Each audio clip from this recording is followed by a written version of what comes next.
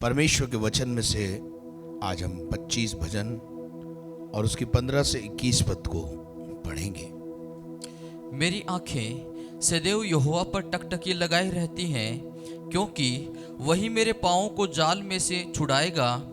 ए यहोवा, मेरी ओर फिरकर मुझ पर अनुग्रह कर, क्योंकि मैं अकेला और दीन हूँ। मेरे हृदय का कलेश बढ़ गया है। तू मुझको मेरे दुखों से छुड़ा ले। तू मेरे दुख और कष्ट पर दृष्टि कर और मेरे सब पापों को क्षमा कर। मेरे शत्रुओं को देख कि वे कैसे बढ़ गए हैं और मुझसे बड़ा बैर रखते हैं। मेरे प्राण की रक्षा कर और मुझे छुड़ा ले। मुझे लज्जित न होने दे, क्योंकि मैं तेरा शरणागत हूँ। खराई और छिधाई मुझे सुरक्षित रखे, क्योंकि मुझे तेरी ही आशा है। आमीन, हालेलुया। परमेश्वर के वचन में यह दाऊद जो है एक प्रार्थना जो कर रहा है, और मैं जब इस पूरे भजन को हम पढ़ते हैं तो एक बड़ी टीस दाऊद की लाइफ में नजर आ रही है। एक अंदर से एक दर्द नजर आ रहा है, और उस दर्द भरा ये भजन है। हालांकि ये दाऊद की प्रार्थना है कि परमेश्वर ने परमेश्वर से वो बहुत कुछ मांग रहा है। दाऊद अपने जीवन के अंदर अपने परिवार से, या यूं कहूं कि अबशालोम जो उसका बेटा है उससे इतना दुखी है, इतना परेशान है। वो जैसे कई वस्तुएं कभी कभी एक कांटे की तरह हमारे लिए चुभती रहती है, और कई बार हम परमेश्वर से कहते रहते हैं कि प्रभु इस कांटे को निकाल दे, तो भी निकलता भी नहीं। और प्रभु भी उस कांटे को हमारे लाइफ में कई बार बनाए रखता है। और जब वो कांटा बना रहता है, इसका मतलब यह है कि परमेश्वर ने हमें छोड़ दिया, ऐसा नहीं है। परमेश्वर हमें कुछ सिखाता है। He teach us, वो कुछ बातें सिखाता है। अब दाऊद बहुत आध्यात्मिक जीवन जी रहा है, लेकिन उसके बावजूद उसकी लाइफ में एक अपने ही घर का एक बेटा जो है उसका विरोधी है। उसको समझ में नहीं आ रहा कि मैं क्या करूं।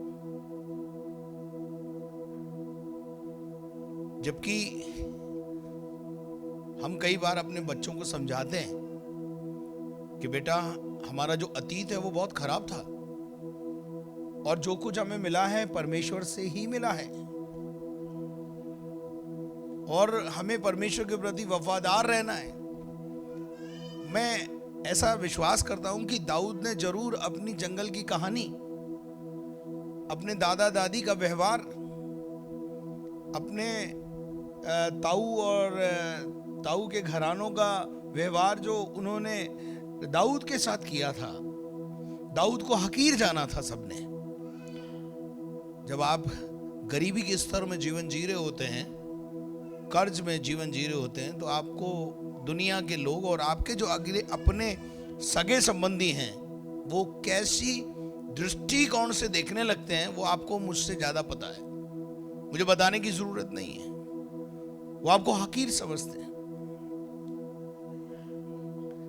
और यहां तक कि दाऊद क्या कर रहा है, कभी कभी हमारी मम्मी हमारे को अपना अतीत बताती हैं कि हम दोनों नौकरी करते थे, उसके बावजूद ये हाल था कि चूल्हा जलाने के लिए लकड़ी नहीं होती, तो सिगरेट के पैकेट से जो है रोटी बना के खिलाती थी। वो हमारा अतीत था। और जब हम उस अतीत को देखते हैं, और जब हम उनके मुंह से सुनते हैं कि जब तक हम यहोवा के भवन में जाकर परमेश्वर की शरण में नहीं गए, हमारा हाल यही था। नौकरी दोनों करते थे, मेहनत बहुत करते थे, कोई नौकरी और दोनों गवर्नमेंट जॉब में थे। उसके बाद हालात खराब थे, और जब वो ये बातें हमें बताती हैं तो हमें लगता है कि सचमुच यहोवा परमेश्वर है जिसने हमें उठा के यहां खड़ा। हमारी योग्यता से नहीं, हमारे बल से, हमारी ताकत से नहीं आए हम यहाँ पर, उसकी दया और अनुग्रह से आए। लेकिन कई बार हमारे बच्चे उस अनुग्रह को नहीं समझते। और मैं एक बहुत गहरी बात आपको बोलने जा रहा हूं। वो क्यों नहीं समझते मालूम है? आपने समझने में खुदा को कितनी देर लगाई है बताओ? आप कोई आसानी से आ गए खुदा के पास?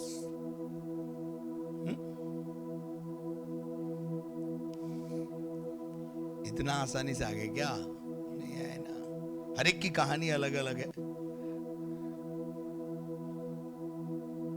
हम भी तो रेबोलियस नस करते थे, नहीं करते थे? बहुत ज्यादा। तो आज अगर हमारी औलाद कर रही है तो फिर हमें रीस क्यों आती है? हमने भी तो खुदा को खूब रीस दिलाई है। क्या ये सच्चाई नहीं है? ये सच्चाई है।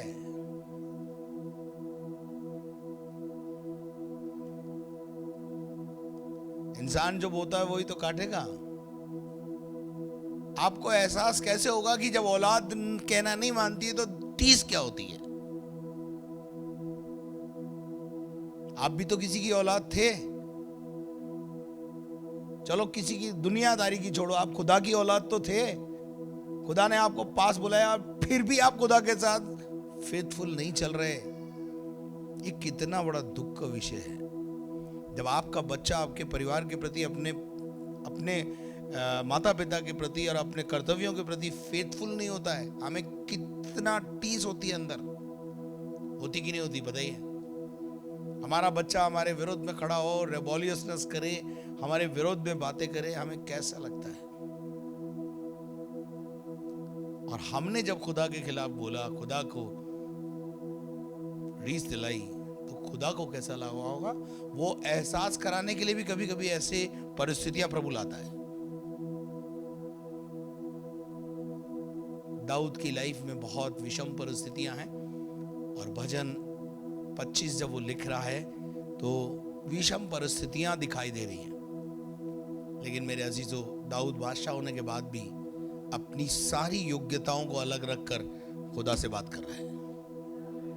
सो मेरे अजीजों, इस 15 पद को जब मैं पढ़ता हूं तो दाऊद का प्रार्थना वहां पे इस प्रकार से है, मेरी आंखें सदैव यहोवा पर टकटकी लगाए रहती हैं। खुदा पर आंखें लगाना और टकटकी लगाना दोनों में बहुत अंतर होता है, नहीं होता है? देखना और गौर से देखना दोनों में बहुत अंतर होता है। मांगना और विशेष मांगना बहुत अंतर होता है। निर्भर होना और तुझी पर निर्भर होना दोनों में अंतर है। परमेश्वर के साथ चलना और परमेश्वर ही के साथ चलना दोनों में बहुत अंतर है। हम अपनी आंखें कई बार कई और जगह पे लगाते हैं। भजन 121 में दाऊद कहता है, मैं अपनी आंखें पर्वतों की ओर लगाऊंगा और मुझे सहायता वहीं से मिलेगी। दाऊद कहता है, मैं अपनी आंखें टकटकी के साथ तेरी ओर लगाऊंगा। टकटकी लगाना जो है वो मतलब अब एक बड़ी आशा भरी दृष्टि से देखना, इसमें एक होप दिखती है। प्रेरितों काम 3 अध्याय में पतरस और यूहन्ना जो है वो मंदिर में जा रहे हैं। एक लंगड़ा वहां बैठा हुआ है और वो लंगड़ा जो है क्या कर रहा है? भीख मांग रहा है। और उसने उन पतरस और यूहन्ना की ओर टकटकी लगाकर देखा, मतलब बहुत एकाग्रचित होकर के देखा और कुछ पाने की आशा उसके लाइफ में दिखाई दे रही थी। मैं अपनी आंखें सदैव यहोवा की ओर लगाए रखूंगा। इसका मतलब यह है कि मेरा भरोसा केवल और केवल और केवल तुझ पर है। एक राजा जिसका नाम यहोशापात है, एक बड़ी बड़ी सेना ने उसे घेर लिया है, विषम परिस्थिति में फंस गया है और वो प्रभु के मंदिर में जाकर परमेश्वर से कहता है, ही सरेंडर हिमसेल्फ। वो अपने आप को क्या कर देता है? सरेंडर करता है कि हमारा तो बस ही नहीं चलता, हालेलुया, मेरा तो बस नहीं चलता कि मैं करूं तो क्या करूं। देखिए यहां पर दूसरा इतिहास 20 अध्याय और उसके 12 पद में ये बात आपको देखने को मिलेगी। कितना सरेंडर प्रेयर है ये, पढ़िए। हे हमारे परमेश्वर, हे हमारे परमेश्वर, क्या तू उनका न्याय न करेगा? जब आप समस्या में हो, परेशानियों में हो, तो आपको इधर उधर टाकने की जरूरत नहीं है, इधर उधर जाने की जरूरत नहीं है, सीधे अपने खुदा के पास जाने की जरूरत है, उसकी शरण में जाने की जरूरत है, उसके शेल्टर में जाने की जरूरत है। वो जीरो से उठाकर हीरो बनाता है, लेकिन एक बात बता दूं, पहले खूब तपाता है, पहले खूब तपाता है। आपकी योग्यता को खुदा पहले परखेगा, आपके धीरज को परखेगा। उस विषम परिस्थिति में प्रार्थना और परमेश्वर को नहीं छोड़ा, अपने लिए, अपने बच्चों के लिए, अपने परिवार के उत्थान के लिए लगातार प्रार्थना करती रही। धीरज धरा, धीरज धरने वालों की जीत होती है, ध्यान रखना। खुदा ऐसे ही नहीं देता है, पहले जांचता है, परखता है, मुझ में रहेगा कि नहीं रहेगा, फेथफुल रहेगा कि नहीं रहेगा। कई बार ऐसी परिस्थिति अभी हुई कि चीजें हाथ में आते आते चली गई, हाथ से भी ले ली कई बार, तब भी अगर फेथफुल रहोगे तब खुदा फिर नए सिरे से बनाता है फिर। हालेलुया। अब ये राजा जो है परमेश्वर के पास गया और कहा, पढ़ो। हे हमारे परमेश्वर, क्या तू उनका न्याय न करेगा? ये जो बड़ी भीड़ हम पर चढ़ाई कर रही है, हम पर ये बड़ी भीड़ क्या कर रही है? चढ़ाई कर रही है। एक बड़ी सेना ने इसको घेर लिया है, कुछ राजाओं ने मिलकर इस पे चढ़ाई कर दी है, और उसके सामने हमारा तो बस नहीं चलता, उसके सामने हमारा बस नहीं चलता है, और हमें कुछ सूझता नहीं। और क्या कह रहा है वो? हमें कुछ नहीं सूझता है कि क्या करना चाहिए, क्या करना चाहिए। वी आर हेल्पलेस, परंतु हमारी आंखें, बस वी आर हेल्पलेस। समझ में आ रही बात? We are helpless. जब तक आपके मुंह से ये ना निकलेगा, डिवाइन हेल्प नहीं आएगी। क्या आपको बात समझ में आई? When you say I am helpless Lord, अब मेरी कोई मदद पर नहीं है, केवल तू ही मददगार है, तब एक डिवाइन हेल्प वहां से चलेगी आपके लिए। जब तक हमारा भरोसा 50-50 है, 80-20 है, 70-30 है, 60-40 है, 65-35 है, ऊपर से डिवाइन हेल्प रिलीज नहीं होगी।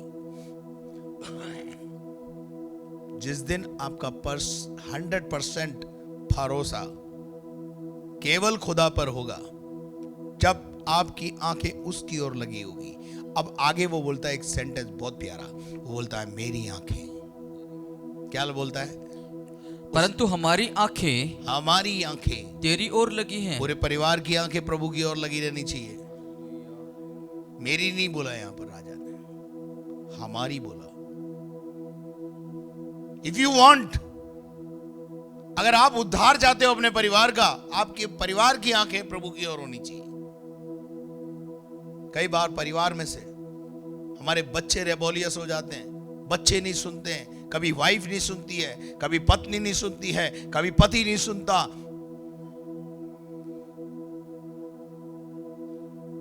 मेरे अजीजों, ऐसी विषम परिस्थितियां उत्पन्न हम खुद करते हैं। यीशु मसीह ने साफ सुथरी बातों में कहा, यूहन्ना 15:6 में, 5 और 6 में, तुम मुझसे अलग होकर कुछ नहीं कर सकते, करके बता दो। चलो, खुदा तो बोलता है जा करके बता, जा। वो तो लंबी ढील देता है, जा बेटा जा करके आ। लेकिन जब फिर कुछ होता नहीं ना, फिर हम खुदा की शरण में आते हैं, फिर हम खुदा को ऐसे सरेंडर होते हैं और बोलते हैं कि प्रभु मेरी आंखें, हमारी आंखें, हमारी आंखें। ये परिवार का निर्णय होना चाहिए। आपके परिवार का निर्णय क्या है? आपका परिवार कहां है? परिवार में एक उधर जा रहा है, एक हिंदुस्तान, एक पाकिस्तान जा रहा है, खींचतान चल रही है। ऐसे में परमेश्वर काम नहीं करेगा। इसलिए कई बार जब पति पत्नी की बच्चे के लिए बोलते हैं तो पत्नी अकेली आती, मैं उनको बोलता हूं अपने पति को लाओ। कुछ चीजें ऐसी होती हैं जो व्यक्तिगत होती है, लेकिन कुछ चीजें पारिवारिक होती हैं। आमीन। आगे क्या लिखा है?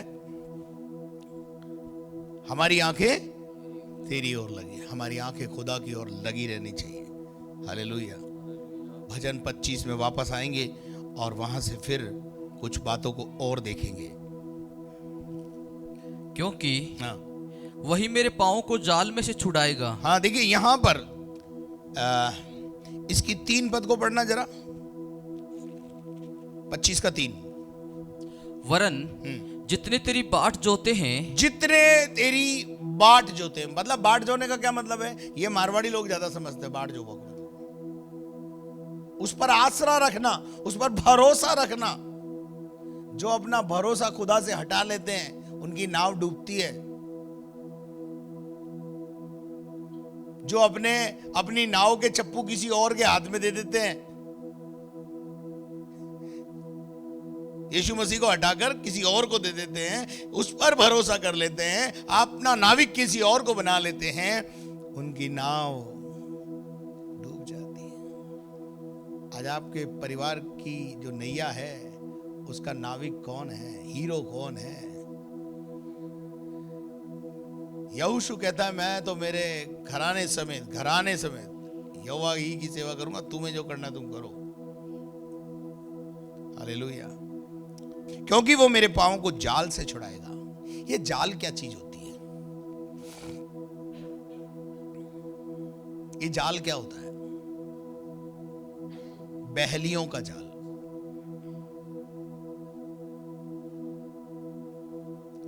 मछली पकड़ने के लिए मछुआरे क्या डालते हैं? जाल।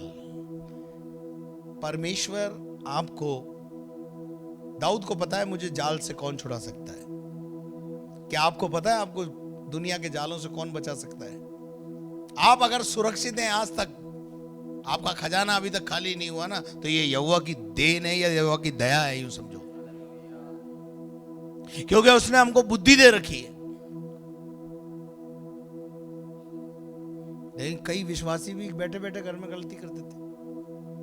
परमेश्वर का वचन भजन 91 को हमेशा याद रखो अपनी लाइफ में। परमेश्वर के शरण स्थान में बने रहो तो सर्वशक्तिमान के यहाँ पे ठिकाना पाओगे। और वहां लिखा है वही तो मुझे बहलियों के चाल से और महामारी से बचाएगा। महामारी से बचाएगा। हालेलुया। मेरे अजीजों 16वां पद पढ़ेंगे। ए यहोवा मेरी ओर फिर कर, मुझ पर अनुग्रह कर। मेरी ओर फिर कर, मुझ पर क्या कर?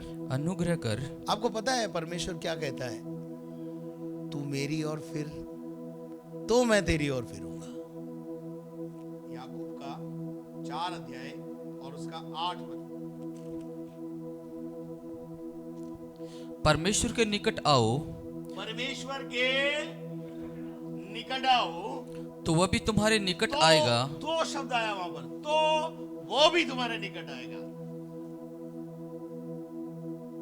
तुम्हें तो फुर्सत नहीं है खुदा के लिए, तुम तो भागो खुदा से। तो खुदा तुम्हारे निकट कैसे आएगा? फिर तो शैतान ही आएगा निकट।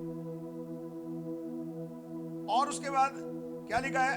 हे पापियों, अपने हाथों को क्या करो? शुद्ध करो, और दुचित्ते लोगों से अपने हृदय को पवित्र करो। दुचित्तों से परमेश्वर कहता है अपने हृदय को क्या करो? एक चित्त लगाओ। उसके बाद एक और आयत पढ़ेंगे, जकरिया 1:3 और 7:13। इसलिए तो इन लोगों से कह। जकरिया से परमेश्वर जनता को कहलवा रहा है, लोगों को कहलवा रहा है। क्या कहलवा रहा है? इसलिए तू इन लोगों से कह, इन लोगों से कह, सेनाओं का यहोवा यूं कहता है, सेनाओं का यहोवा परमेश्वर यूं कहता है, तुम मेरी ओर फिरो, तुम मेरी ओर फिरो। जब तक आप खुदा की ओर नहीं फिरोगे तब तक आपका भला नहीं होगा।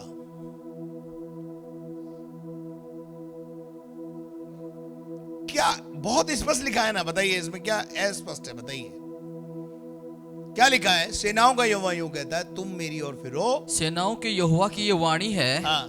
तब मैं तुम्हारी ओर तब मैं फिरूंगा। तुम्हारी, तब शर्त है तुम मेरी ओर आओगे तो मैं तुम्हारी ओर फिरूंगा। सेनाओं के यहोवा का यही वचन ये है। परमेश्वर कह रहा है, कोई नबी नहीं कह रहा है, न परमेश्वर नबी के द्वारा कहलवा रहा है। 7:13 पढ़ देना ब्रदर।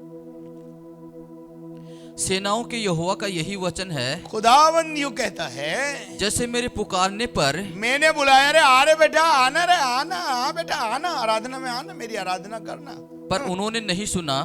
हमने क्या बोला, हाँ, हमें फुर्सत नहीं है। हमें आज जो लोग नहीं आ रहे हैं ना,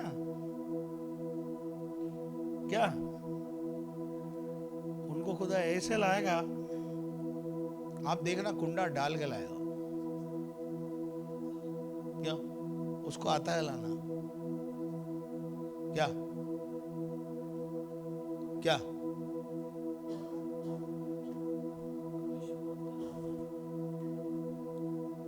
परमेश्वर क्या करता है मालूम है? परमेश्वर अपना बाड़ा हटा लेता बस। जो सुरक्षा का बाड़ा खुदा हमारी ओर लगाता है, जब हम उसकी संतान बनते हैं, जब हम तौबा करते हैं, बपतिस्मा लेते हैं, पवित्र आत्मा पाते हैं और उसकी संतान बन जाते हैं, उस पर भरोसा करके उसके पास आते हैं, तो खुदा स्वर्गदूतों का बाड़ा चारों ओर लगा देता है। स्वर्गदूत तलवार लेकर हमारी रक्षा करते हैं। क्या करते हैं? और कोई भी अंधकार की ताकत, दुश्मन, बहलियों का जाल हमारे ऊपर प्रवेश, हम क्या हैं यहाँ पर? सुरक्षित हैं। किसने घेरा हुआ है हमको? किसकी सेना ने घेर रखा है? सेनाओं के यहोवा की सेना ने हमको। सेनाओं का यहोवा कहता कितना है? बड़ा है, और उसके पास करोड़ों अरबों स्वर्गदूत हैं मेरे और आपके लिए। लेकिन जब हम उसका कहना नहीं मानते ना, कुछ नहीं करता वो, कुछ भी नहीं करता, उसको कोई प्रॉब्लम नहीं आपसे। बस वो जो 8-10 स्वर्गदूत होते ना, उनको हटाकर बोला आजा भाई, तुम्हारा इसको जरूरत नहीं अपनी, इसको दारू पीनी है। स्वर्गदूतों का बाड़ा हटा। जब आप खुदावंद की मर्जी में नहीं चलोगे, खुदा अपना बाड़ा आपके पास से हटा लेगा। ये वचन में लिखा है, मैं कहोगे तो वचन भी बता दूंगा आपको उसका।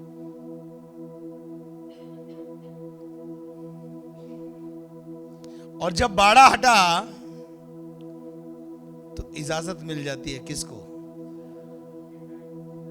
हाँ, पढ़ो क्या लिखा है नहूम की किताब 2 अध्याय और उसका पहला पद। सत्यानाश करने वाला, सत्यानाश का मतलब है बर्बाद करने वाला, तेरे विरुद्ध चढ़ आया है। तेरे विरुद्ध चढ़ आया है। तेरे विरुद्ध। अब चढ़ाई कैसे कर रहा है भाई? क्यों कर रहा है? बाड़ा हट गया। जो अभी तक रोके हुए थे वो ऊपर चले गए। कहाँ? परमेश्वर ने बुला लिया अपने पास। बहुत काम है उसके पास। उसके जो संत इतने हैं, तो दुष्टों की रक्षा के लिए क्यों मगजमारी करे वो? सत्यानाश करने वाला तेरे विरुद्ध चढ़ आया है। तेरे विरुद्ध चढ़ आया है। गढ़ को दृढ़ कर, हाँ जी, गढ़ को दृढ़ कर, मार्ग देखता हुआ, अरे मार्ग में बना रहे, मार्ग देखता रहे, और चौकस रहे, और अपनी कमर कस, अपना बल बढ़ा दे। अच्छा, एक आयत और पढ़ दे जरा, फिर इससे आपको और समझ में क्लियर हो जाएगा। 3 का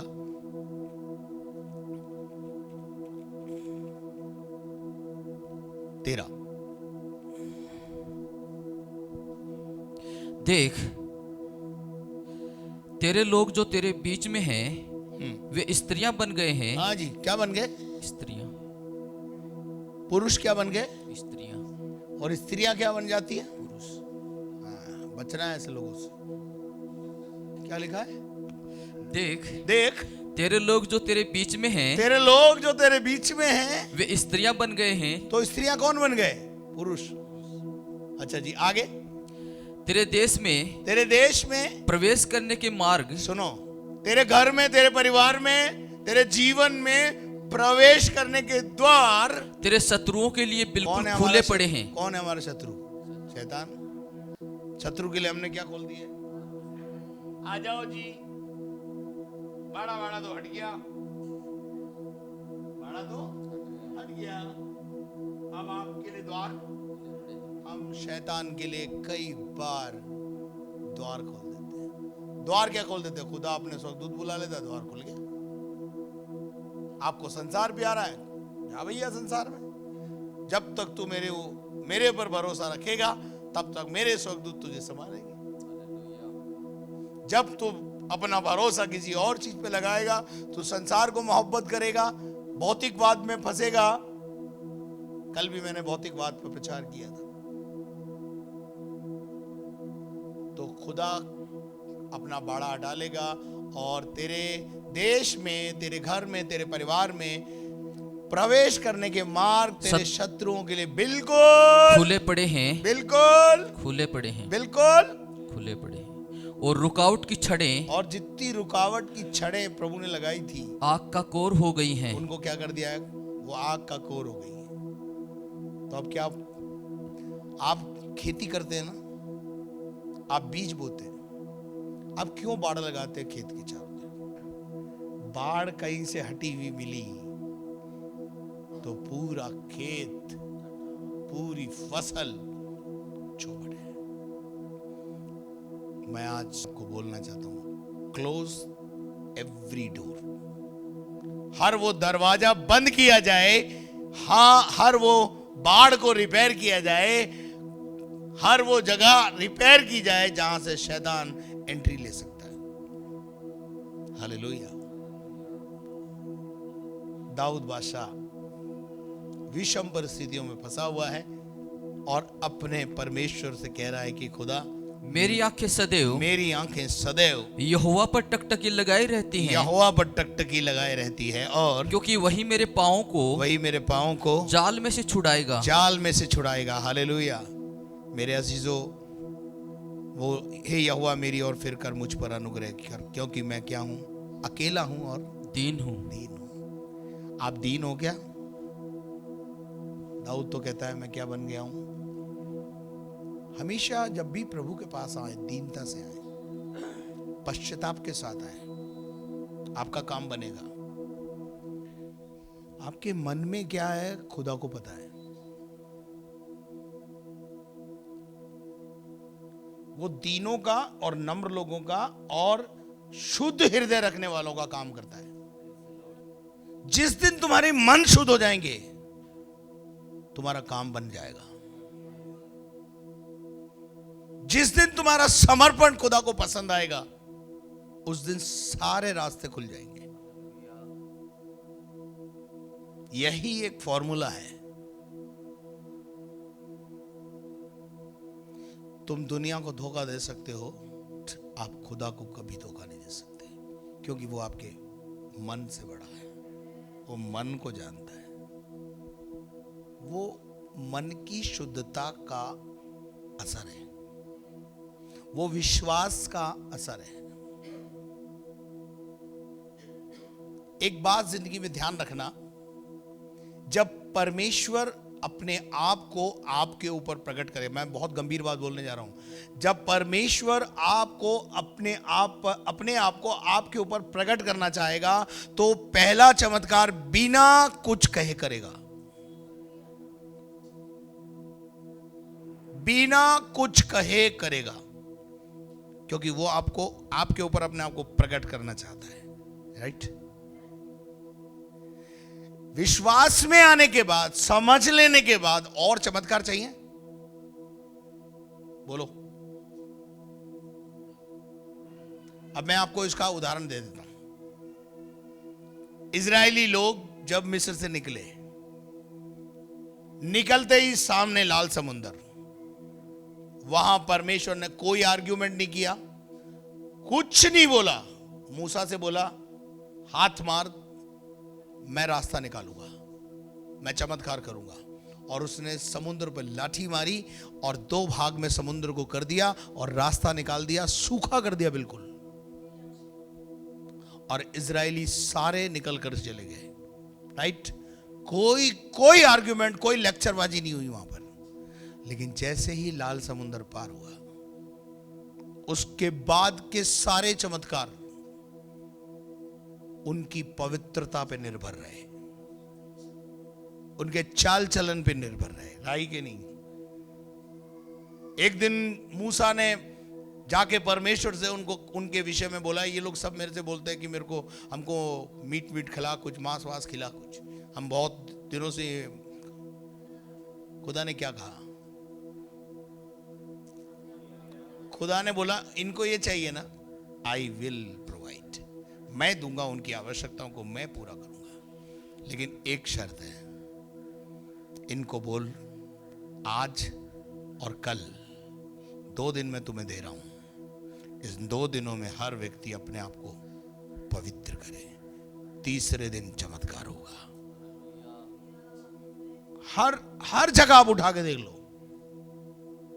यहोशू से भी परमेश्वर ने यही कहा, जाकर प्रजा को बोल मैं उनके लिए चमत्कार करूंगा, लेकिन पहले ही अपने आप को और याजकों को भी बोल कि वो अपने आप को क्या करें? पवित्र करें। पवित्रता पे निर्भर होता है अगला चमत्कार, विश्वास पर निर्भर होता है अगला चमत्कार। पहला चमत्कार कभी खुदा नहीं बोलेगा आपको, लेकिन खुदा को जानने के बाद, सच्चाई को पहचानने के बाद कोई बलिदान बाकी नहीं है, फिर तो पवित्रता। और मैं हमेशा एक प्रचार मैंने किया है और करता हूं, आज की पवित्रता कल का चमत्कार है। If you lead Holi life today, you see your future bright. आप अपने उज्जवल भविष्य में देखोगे, पर चलना आज पड़ेगा। आज की पवित्रता कल का चमत्कार है। कल एक अच्छा सवेरा देखना चाहते हो, आज पूरा दिन और आज पूरी रात पवित्र जीवन जियो। कल का सवेरा एक नया चमत्कार ना लाए तो मुझे कह देना।